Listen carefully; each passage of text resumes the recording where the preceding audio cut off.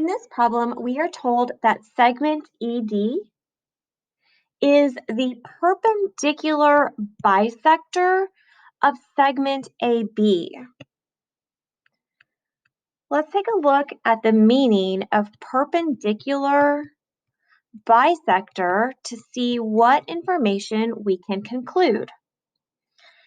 When we look at the word perpendicular, we know that perpendicular lines or line segments meet or intersect to form 90-degree angles.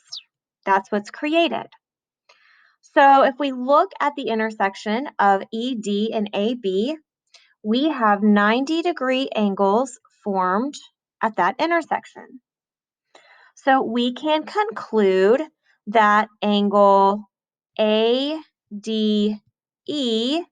is congruent to angle BDE because of the perpendicular piece of the perpendicular bisector. Now let's take a look at the bisector piece. To bisect something is to cut it into two equal pieces. We are bisecting segment AB. So segment AB is being bisected or cut into two equal parts. So if I look at that, that means D is my midpoint, and we have segment AD is now congruent to segment DB. So out of the word bisector, we can conclude that segment AD is congruent to segment DB, where D is our midpoint. There's one additional piece of information that we are able to conclude when we are told that a segment is the perpendicular bisector of another segment.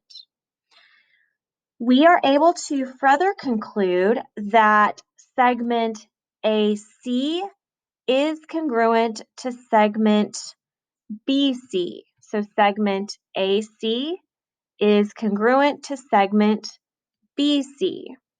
We know this because if ED is the perpendicular bisector of segment AB and C is on the perpendicular bisector, that the endpoints of this segment that's being bisected are equidistant from that line that is bisecting the segment. So therefore, AC is congruent to BC.